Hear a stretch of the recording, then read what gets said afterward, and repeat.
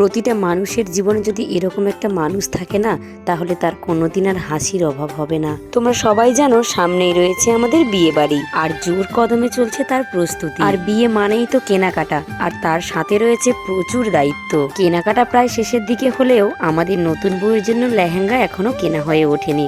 সেদিন গেছিলাম কৃষ্ণনগর ঢাকেশ্বরী বস্ত্রালয়ে, আমি, মাম্মাম, মানিক আর পল্লবী, মানে আমাদের নতুন বউ। প্রথমে গিয়েই আমাদের এই লেহেঙ্গাটার উপরে নজর ছিল।